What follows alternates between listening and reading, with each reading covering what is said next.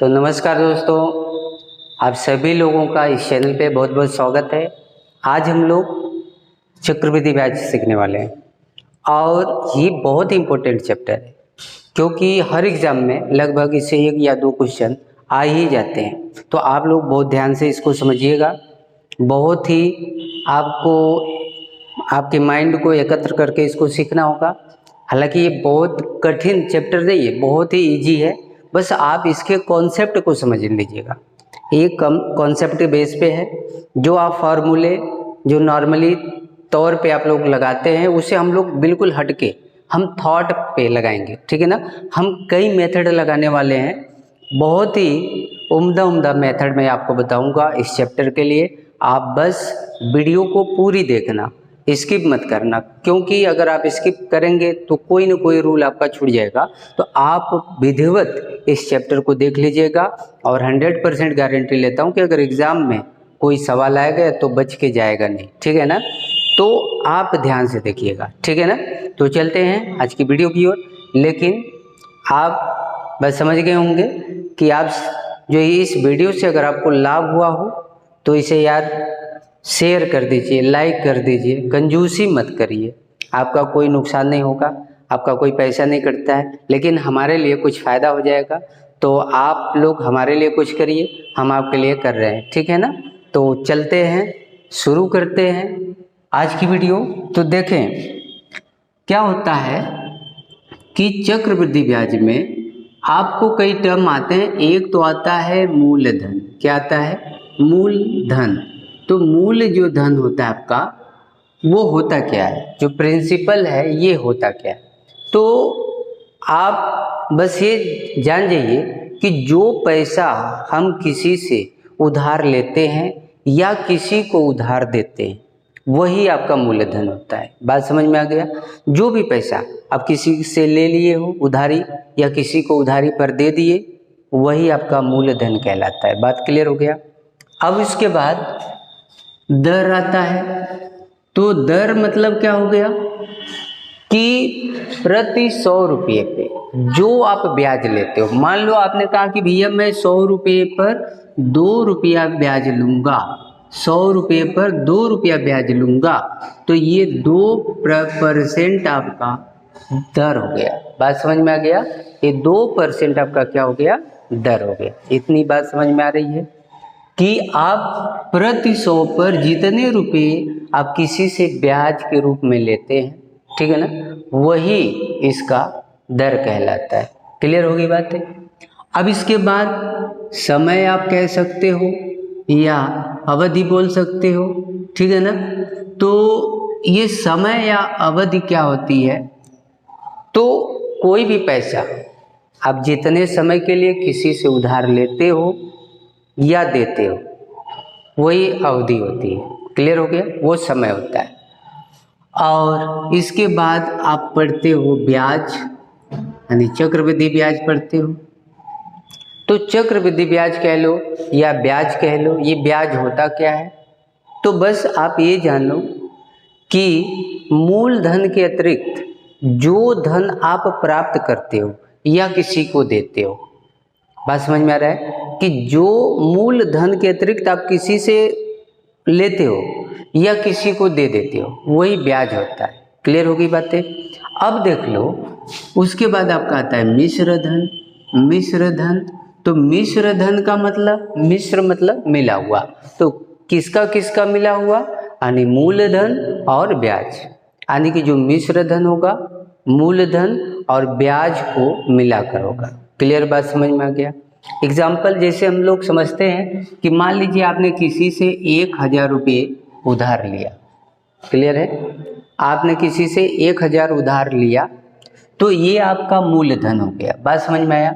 और उस पर आपने 5% की दर से, मतलब 100 रुपये पे 5 रुपये ब्याज देने का आपने वादा कर लिया, तो 5% आपका वो दर हो गया। और आपने कहा भैया मैं 2 साल में, 2 वर्ष में इसको वापस कर दूंगा, तो आपने 2 साल में इसको वापस करने का वादा किया। अब इस पर 2 साल के बाद मान लीजिए आपका कुछ जो ब्याज यहाँ आएगा, कुछ आएगा, जो भी आ जाए निकालने के बाद पता चलेगा कितना आएगा, ठीक है ना। तो मान लेते हैं हम लोग अप्रोक्स में x रुपये ये जो है कि आपको ब्याज के रूप में प्राप्त हुआ। आपको इतना ब्याज देना है, मतलब आपको 1000 तो उसका देना ही देना है, लेकिन हर 100 रुपये पे आपने 5 रुपये का जो वादा किया है उसके हिसाब से आपका यहाँ पर सीधे सीधे 50 रुपया तो यही हो जाएगा, और 50 के ऊपर जो भी जाएगा वो आपका ब्याज हो जाएगा। और मिश्र धन में 1000 में ये x मिलाकर यानी ये ब्याज मिलाकर जो आप देंगे वही आपका मिश्र धन हो जाएगा। तो बात समझ में आ गया होगा कि मूलधन क्या होता है, दर क्या होता है, ब्याज क्या होता है, समय क्या होता है और मिश्र धन क्या होता है। ये टर्म आप जो है कि सीख गए होंगे, ठीक है ना।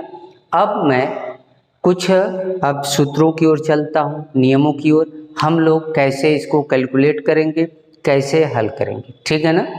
तो देखिए दोस्तों, अब जैसे हम एग्जाम्पल लेते हैं कि कोई मूलधन आपका 1000 रुपया था, ठीक है ना।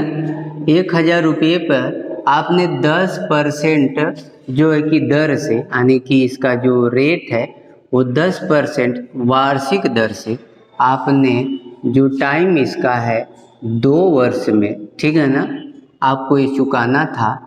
तो आपसे पूछ दिया इसका CI और अमाउंट मतलब चक्रवृद्धि ब्याज और मिश्र धन क्या होगा, ये आपका सवाल है। तो इसको आप कैसे लगाएंगे इसके बारे में हम लोग सीखेंगे, ठीक है ना। ध्यान रखिएगा, मैं इसी सवाल पर आपको कई तरीके बताने वाला हूँ, कई तरीके, तो ध्यान से अब सुनिएगा, ठीक है ना। पहला तरीका आप जो पढ़ते हैं प्राइमरी में A बराबर P1 + R/100⁴n, ये आपका अमाउंट होता है। तो अब इसमें A का मतलब मूलधन और मिश्र धन हो गया, P का मतलब ये 1000 हो गया जी, और 1 + R का मतलब 10% है, और ये बटे में 100, पावर n का मतलब वर्ष होता है यानी कि 2। बोलिए समझ में आ गया। तो अब इसको हल आप करते हो तो ये 1000 होता है, और ये काट दो तो 10 से कम 10 की 11/10⁻²। यहाँ तक समझ में आ गया। अब क्या करते हो आप कि 1000 है, और ये देखो 11 का वर्ग होता है 121, और ये होता है 100। बात समझ में आ गया। तो आप क्या कर सकते हो कि 2 0 काट देते हो और ये 1210 आ जाता है आपका अमाउंट, यानी कि मिश्र धन। बात समझ में आ गया। मिश्र धन आपने निकाल लिया।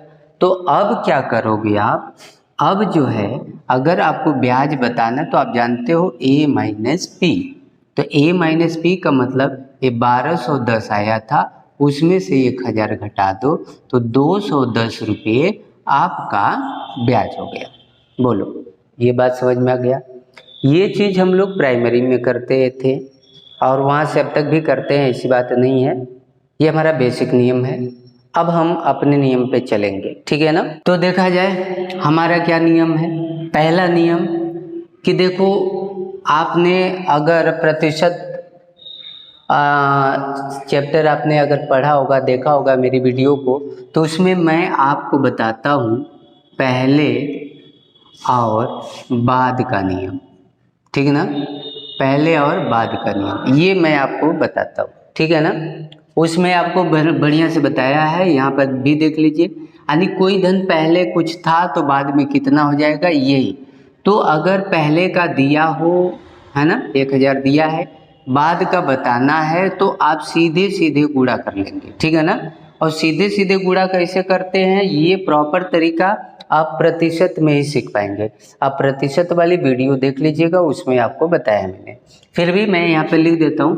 पहले का मतलब यहाँ पहले और बाद में आप क्या लिखोगे कि भैया ये मूलधन है, इधर दर और इधर टाइम होता है, और इधर आपका ये हो गया। बात समझ में आ गया।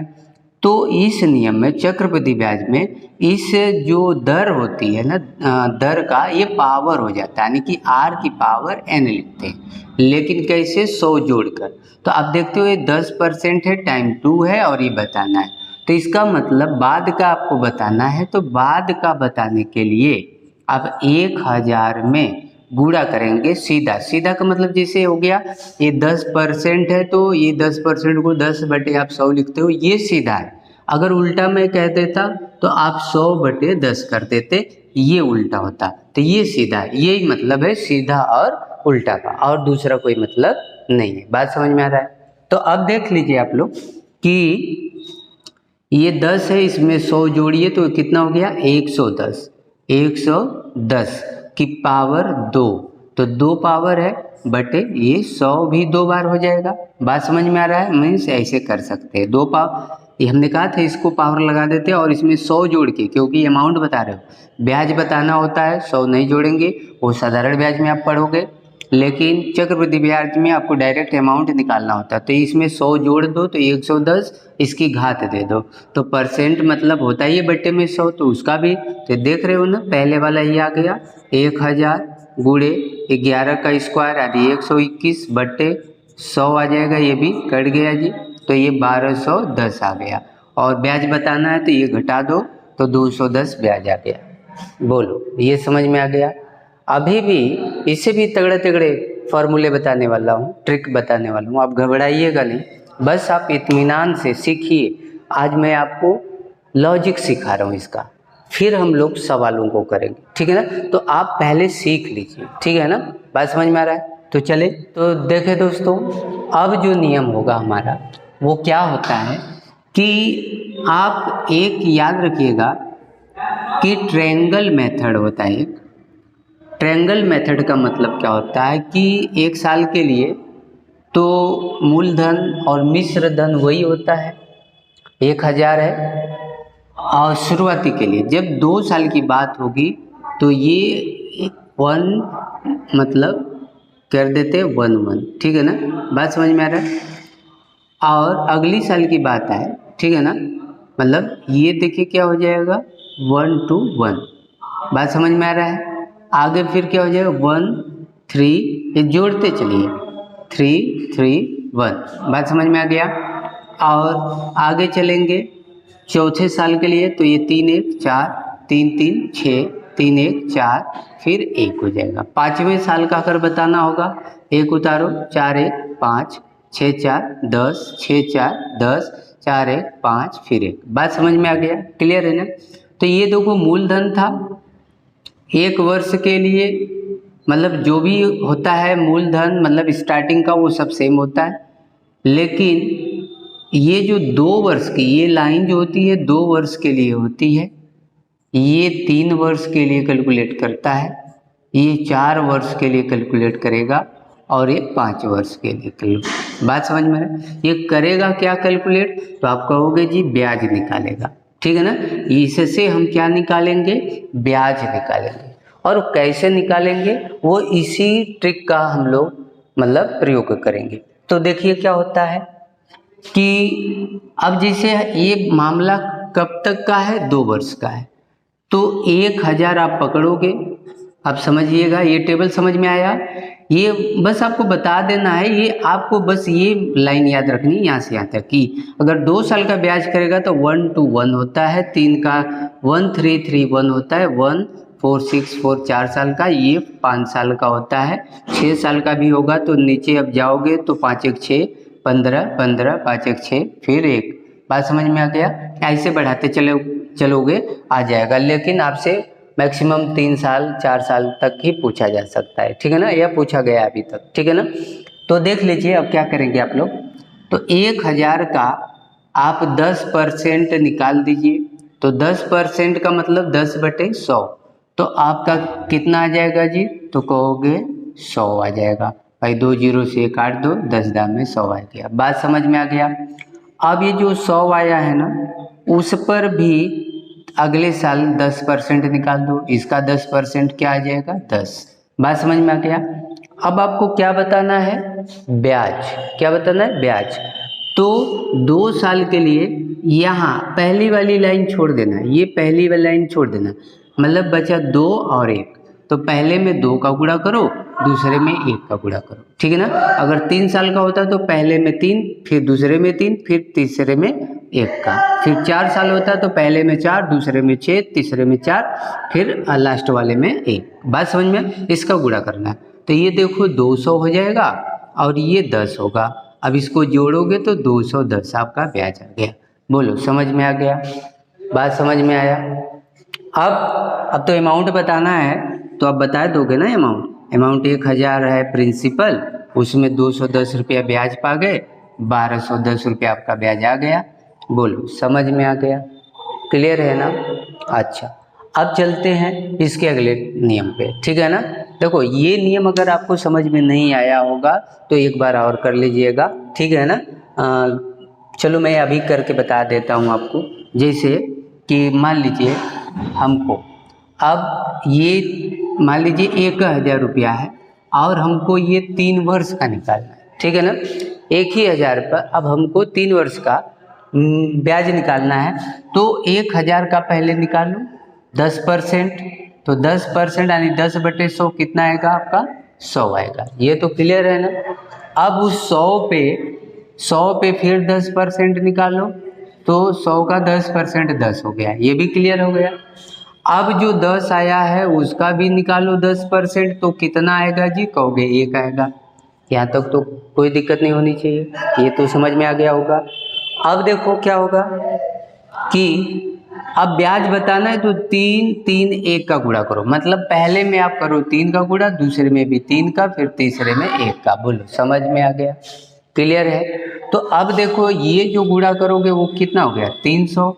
ये गुणा करोगे तो 30, ये गुणा करोगे 1, जोड़ दो तो 331 रुपया आपका ब्याज हो गया। बोलो अब तो समझ में आ गया होगा। और अमाउंट बताना होगा, 1000 बढ़ा दो 1331 रुपया उसका अमाउंट हो गया, मतलब मिश्र धन हो गया। ये बात समझ में गए? क्लियर हो गया? तो अब अगला नियम देखते हैं इसी सवाल के लिए। तो देखिए दोस्तों, अगला क्या नियम है कि आप याद रखिएगा, 2 फॉर्मेट में आपको लिख दे रहा हूँ। अगर 2 वर्ष की बात होगी तो आप यहाँ x², फिर x, फिर x, फिर 1, ये चीज़ याद रखिएगा। और यदि वह 3 वर्ष के लिए पूछे, कुछ भी पूछे, चक्रवृद्धि ब्याज में 3 वर्ष 2 वर्ष अगर दिखे तो आप ऐसे बना सकते हैं। 3 वर्ष के x³ x², फिर x, फिर x, फिर 1, ये आप बना सकते हैं, ठीक है ना। अब देखिए मैं बताऊंगा, नहीं ये याद है तो आप कैसे निकाल भी सकते हो, मैं अभी बताऊंगा सवाल के माध्यम से, ठीक है ना। तो अब देखिए क्या होगा कि ये लाइन जो है ना, ऐसे लाइन गई है, ऐसे आई है, इसका क्या अर्थ है, ये क्या क्या बताते, ये मायने रखेगा। क्योंकि ये जो ट्रिक है, यदि आपको दर और टाइम 2 चीज मालूम है तो चक्रवृद्धि ब्याज का कोई सा भी सवाल पूछा जाए तो आप बता देंगे। बात समझ रहे हैं? केवल दर और टाइम अगर मालूम है तो आप कुछ भी बता सकते हैं चक्रवृद्धि ब्याज में इस मेथड के नियम से। बात समझ में आ रहा है? चाहे वो अंतर दिया हो कैसे भी, पहले साल का, दूसरे साल का, तीसरे साल का ब्याज दिया हो तो भी आप बता सकते हैं, मतलब कुछ भी दिया हो, ब्याज दिया होगा तो मूलधन बता सकते हैं, मिश्र धन बता सकते हैं।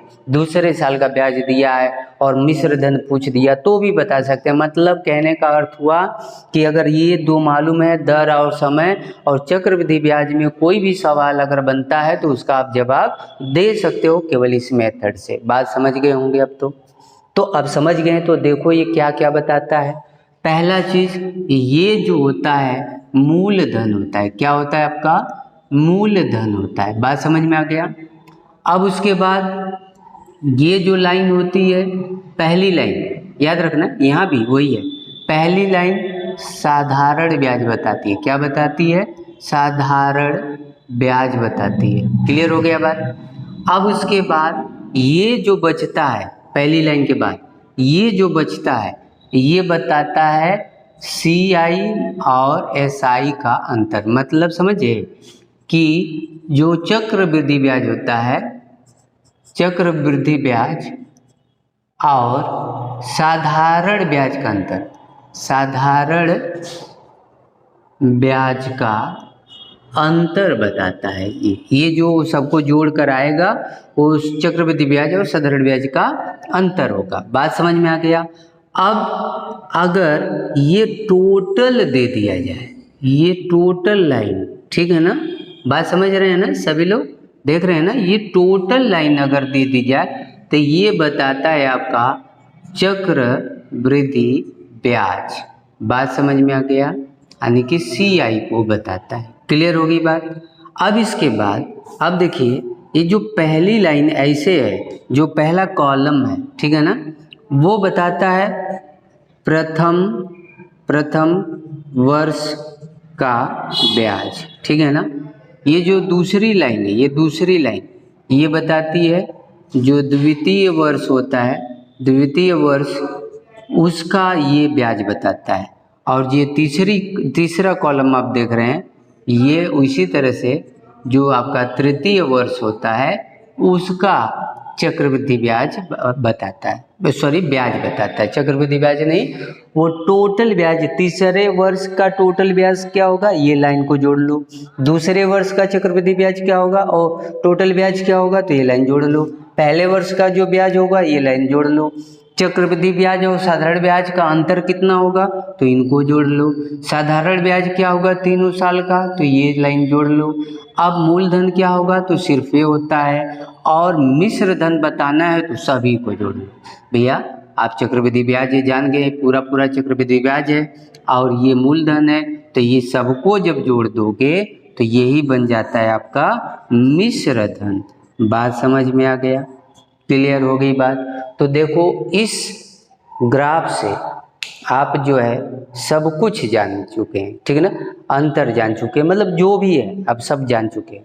हम इस सवाल को इस पर अप्लाई करते हैं और देखते हैं क्या क्या बता सकते हैं, ठीक है। तो देखिए दोस्तों, अब इस सवाल को हम अप्लाई करते हैं तो यहाँ जो दर है कितना है, 10% है। कितना है, 10% है। तो 10% यानी इसको अगर हम चेंज करें तो आप क्या 10/100 लिख सकते हैं क्या, ऐसा हो सकता है क्या, तो कहेंगे हाँ हो सकता है। तो इसे अगर काट दो तो 1/10 आएगा कि नहीं आएगा, बिल्कुल आएगा।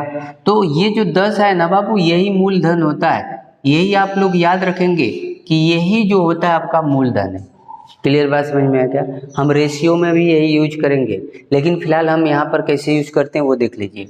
तो अब देखो क्या हुआ कि ये 10 आया है मूलधन, तो 10 मूलधन है, तो 3 वर्ष की बात है तो इसकी घात 3 कर दोगे, तो 3 घात का मतलब क्या होता है जी, 1000। बात समझ में आ गया, क्लियर है ना। देखो जो मैं आपको बॉक्स बनाया वो मैं लिख सकता था 10 का क्यूब, फिर 10 स्क्वायर 10 स्क्वायर 10 स्क्वायर, ठीक है ना, फिर 10 10 फिर 10 फिर 1, ये आ जाता हमारा। बात समझ में आया। वो अगर बॉक्स हमें याद है तो हम इतना फटाक से लिख के काम कर लेते, ठीक है ना, लेकिन हमें बॉक्स आता नहीं है, ठीक है ना। तो हम क्या करेंगे वही आपको सिखा रहा हूँ, ध्यान दीजिएगा। तो मूलधन आपने 1000 निकाल लिया, बात समझ में आ गया। तो अब चूंकि यहाँ मूलधन को हम बदल दे रहे हैं, 5000 ले रहे हैं क्योंकि सेम आ रहा है, तो फिर आगे हम क्या करेंगे वो समझ नहीं पाएंगे, तो मूलधन हमने चेंज कर दिया। बात समझ में आ गया। अब देखो क्या हुआ कि मूलधन हमने निकाला 10 था, बात 3 वर्ष की थी, तो इसका घन कर दोगे, क्या कर दोगे, घन, 3 गुना नहीं 3 घन करोगे, 10 का घन मतलब 1000 हो गया। अब आप याद रखो आपको इस पे ब्याज मिलेगा। अब पहले साल आप इस पे जो ब्याज लेंगे तो कितना लेंगे, 1/10 ही तो लेंगे। ये 10% का मतलब क्या है, 1/10 ही तो हुआ। तो 1/10 ब्याज मिलेगा तो कै रुपया पाएंगे, 100 रुपया। ये पहले साल का तो हिसाब हो गया जी, पहले साल आप बस 100 रुपया ब्याज पाएंगे, ये तो क्लियर है ना, कोई डाउट नहीं होना चाहिए। अब दूसरी साल आएंगे आप, दूसरी साल, तो दूसरी साल फिर इस पे ब्याज लेंगे आप, तो आपको 100 रुपया मिलेगा नहीं मिलेगा, बात समझ में आ गया। अब कहेंगे भैया ये तो ठीक है, मूलधन पे हमको ब्याज दे दिए, लेकिन ये जो ब्याज है इस पे भी तो ब्याज चाहिए, क्योंकि चक्रवृद्धि ब्याज यही होता है कि इस पे ब्याज का भी ब्याज लगता है। साधारण ब्याज में केवल मूलधन पे ब्याज लगता है, लेकिन यहाँ पे ब्याज का भी ब्याज आपको देना पड़ता है। तो इसलिए अब इस पर भी आप 10% लेंगे ब्याज, यानी 1/10, तो 10 रुपया हुआ कि नहीं हुआ, 1/10 लेंगे तो हो गया ना, बात समझ में आ गया। अब इसके बाद जो है इस पे फिर आप लेंगे 1/10, भाई हर जगह ही 1/10 ही तो लेंगे ब्याज, बात समझ में आ रहा है। तो 100 रुपया पा गए। अब कहेंगे भैया हमको इस पे भी चाहिए, तो आप कहेंगे ले लो 10 रुपया। आप फिर कहेंगे भैया हमको इस पर भी चाहिए, तो कहेंगे ले लो 10 रुपया। कहेंगे अब इस पे भी चाहिए, तो इसका 1/10 1 रुपया हुआ कि नहीं। अब मैच कर लो 100 100 100 10 10 10 1 आ गया ना, सेम है ना। तो आपको ये 4 साल होता तो भी हम इसी तरह निकालते हैं। 4 साल होता तो यहाँ 100 रुपया पाते हम, फिर इस पे भी 10% लेते, इस पे भी 10% लेते, इसका भी 10% लेते, इसका भी 10% लेते, इसका भी 10% लेते, इसका भी 10% और इसका भी 10% लेते। बात समझ में आ गया होगा। अब तो क्लियर हो गया ना, कोई डाउट नहीं रहना चाहिए आपका, ठीक है ना। ये आप टेबल निकालिए। अब देखिए आप क्या करोगे, अब आप क्या करेंगे हम लोग कि अब जो बताना है वो बताएंगे, ठीक है ना। इसे हटा दे रहे हैं। अब जो हमें बताना है उसको देख लेते हैं हम लोग। क्या कि उन्होंने कहा है कि भाई चक्रवृद्धि ब्याज बताओ। तो चक्रवृद्धि ब्याज हमने कहा था ये सब को जोड़ दो, ये सब जोड़ दो। तो देख रहे हो 330 और 131, तो 331 रुपया हो गया साधारण ब्याज और चक्रवृद्धि ब्याज। बात समझ में आ गया। उसने कहा अमाउंट बताओ, तो हमने कहा चलो भैया सबको जोड़ दो। बात समझ में आ गया। तो सबको जोड़ रहे हो, ठीक है ना। अच्छा एक चीज़ और कंपेयर करेंगे, ये ब्याज 330 तो इसके अकॉर्डिंग आया है, लेकिन हमारा मूलधन तो 5000 है ना। तो यहाँ मूलधन जब 1000 है तो ब्याज चक्रवृद्धि ब्याज इतना आया, लेकिन जब 5000 होगा तो मूलधन एक्चुअली में कितना दिया है, 5000 दिया है। तो इसका 5 गुना दिया है कि नहीं दिया है, दिया है। तो हम इसका भी 5 गुना कर देंगे, ठीक है ना। तो 5 एकम 5, 5 तिया 15 और 1 16, तो इतना आपका 1655 रुपये चक्रवृद्धि ब्याज हो जाएगा। ये बात समझ गए, क्लियर हो गया। अब आपको अमाउंट पूछा है, तो अमाउंट में हमने कहा था इन सबको जोड़ लेना, यही कहा है ना, ध्यान दीजिएगा। अमाउंट मतलब मिश्र धन, मिश्र धन पूछेगा तो हम इन सबको जोड़ देंगे। तो 1000 है ये, 300 ही 1300 हो गया, 30 31, तो आप कहोगे जी 1331 हो गया। बात समझ में आ रहा है। देखिए थोड़ा कॉम्प्लिकेटेड लगेगा, लेकिन ध्यान से आप सीखिए। नहीं समझ में आए वीडियो को रिवाइज करके देखिएगा, ठीक है ना। देखें रिवाइंड कर लीजिएगा। अब ये 1331 मिश्र धन इस मूलधन के अकॉर्डिंग है, लेकिन हमारा मूलधन तो 5000 है, तो मतलब इसका ये मूलधन 5 गुना है, तो इसका भी आप 5 गुना कर देना। तो कितना हो गया, 5 तिहाई 15 और फिर कितना हो जाएगा आपका ये जी 15 65 1 66, यही ना। बात समझ में आ गया। तो 66 55, वैसे भी हम ब्याज निकाले थे, इसमें 5000 जोड़ देते आप तो आ जाता, नो डाउट। बात समझ में आ गया, क्लियर है। लेकिन हम डायरेक्ट इसको निकालना सिखा रहे हैं कि ये नहीं मालूम है हम डायरेक्ट कैसे निकाल सकते हैं, तो बस 5 गुना कर दो और क्या। बात समझ में आ गया। यदि हमसे कहता कि चक्रवृद्धि ब्याज और साधारण ब्याज का अंतर कितना होगा, तब आप कहते कि भैया ये तो अंतर है, पहली लाइन को छोड़कर बाकी अंतर ही तो होता है। तो 31 दिख रहा है, तो 31 है, उसमें 5 का गुणा कर दो, 5 तिहाई 15, ठीक है ना। 5 तिहाई 15 155, क्लियर होगी बात, समझ में आ रहा है ना, कोई दिक्कत नहीं होनी चाहिए आपको। अब अगर कहे कि भाई साधारण ब्याज क्या होगा, तब तो आपको कहे ना ये पहली लाइन ही आपकी साधारण ब्याज होती है।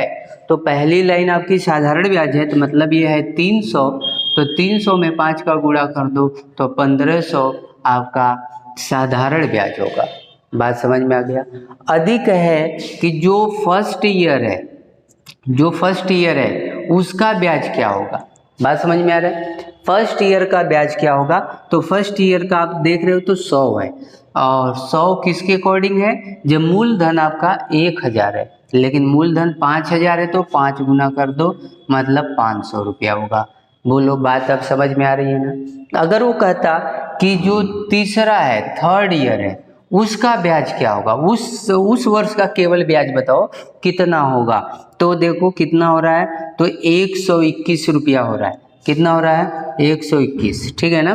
तो चूंकि 121 ब्याज कब होगा? जब मूलधन 1000 होगा, लेकिन मूलधन हमारा क्या है? 5000 है। तो 5000 है तो इसका मतलब 5 गुना कर दो, तो 5 एकम 5 दूनी 10 और 5 एकम 5 एक 6, 605 रुपया हो गया। बात समझ में आ गया? तो देखें आप कि इस नियम से हम कोई भी जवाब दे सकते हैं, ठीक है ना। बस इस नियम को आप बढ़िया तरीके से लर्न कर लीजिएगा, इसका अभ्यास कर लीजिएगा, ठीक है ना। अब हम चलते हैं अपने अगले नियम की ओर, ठीक है ना। अगर ये नियम समझ में नहीं आया होगा तो आप कमेंट करके ज़रूर बताइएगा, मैं आपको फिर से बता दूंगा, लेकिन आप घबराइएगा नहीं, क्योंकि अभी हम सवाल करेंगे और इस नियम का हम प्रयोग करेंगे, आप घबराइएगा नहीं, ठीक है ना। चलते हैं अगले। तो देखिए दोस्तों, अब क्या है कि अगला नियम का मतलब रेशियो मेथड इसे बोलते हैं। क्या बोलते हैं? रेशियो मेथड, मतलब केवल अनुपात द्वारा हम सवालों को हल करने की कोशिश करते हैं। तो यहाँ देखो रेट दिया है 10%, रेशियो मतलब आपको रेट मालूम होना चाहिए तभी रेशियो कर पाएंगे। तो रेशियो में ये 1/10 हुआ कि नहीं, अभी आपने सीखा था। मीन्स अगर मूलधन, ये मूलधन होता है और ये क्या होता है? ब्याज हो जाता है, ठीक है ना। बात समझे? अगर मूलधन 10 रुपया है तो मिश्र धन 11 रुपया हो जाएगा। बात समझ में आ गया? 10 एक 11 रुपया हो जाएगा। क्लियर होगी बात? मामला 3 साल का है तो आप 3 बार इसको कर देंगे। बात समझ में आ रहा है? अगर 2 साल का होता तो 2 बार लिखते हैं। इसका गुणा आप कर लीजिए तो 1000 हो जाएगा, इसका गुणा करेंगे तो 1331 हो जाएगा। बोलो समझ में आ गया? अब देखिए यहाँ ब्याज कितना दिख रहा है? तो 331 दिख रहा है। तो 331 ब्याज किस पे है? जब मूलधन 1000 है, लेकिन सवाल में मूलधन कितना है? 5000 है। तो इसका मतलब ओरिजिनल में जो मूलधन है इस मूलधन का 5 गुना है, तो आप इसका भी 5 गुना कर देंगे तो 5 एकम 5 थे 15 एक 16, तो ये आपका ब्याज हो जाएगा, ठीक है ना। बात समझ में आ गया? अब उसके बाद मिश्र धन की बात आएगी कि मिश्र धन क्या होगा? तो इसका भी आप 5 गुना कर दीजिए, क्योंकि ये मिश्र धन इस मूलधन के आधार पे निकला है ना, लेकिन आपको तो इस मूलधन के आधार पे बताना है, तो इसका भी 5 गुना कर देंगे तो वही आ जाएगा 65 55, ठीक है ना। आ जाएगा 5 × 15 15 16 66 55 आ जाएगा, है ना। बात समझ में आ गया? 66 55 आ जाएगा। क्लियर? बात समझ में आ गया? कोई डाउट नहीं ना है? तो ये आपका रेशियो मेथड है। इस मेथड का प्रयोग हम किस्त के सवालों को हल करने में भी करते हैं, तो आप ध्यान रखिएगा, ये भी बहुत ही इम्पोर्टेंट है। अब इससे आप ये 2 चीज़ तो निकाल लेते हैं, ब्याज, मिश्रधन, मूलधन, ठीक है ना। बात समझ में आ गया? इवन जब ऐसे दिया रहता है तो हम दर को भी बताने का प्रयास कर लेते हैं इसे, ठीक है ना, निकाल लेते हैं हम लोग, लेकिन वो कैसे निकालेंगे सवाल के माध्यम से समझेंगे, ठीक है ना। तो आज जो है हमने चक्रवृद्धि के सारे नियम देखे हैं कि आप कैसे कैसे नियमों को लगा सकते हैं और हम उनका मतलब किस नियम का प्रयोग कहाँ पे कर सकते हैं, ठीक है ना। तो उम्मीद करूंगा कि आप लोगों को समझ में आया होगा और इसका आप लोग अभ्यास करेंगे।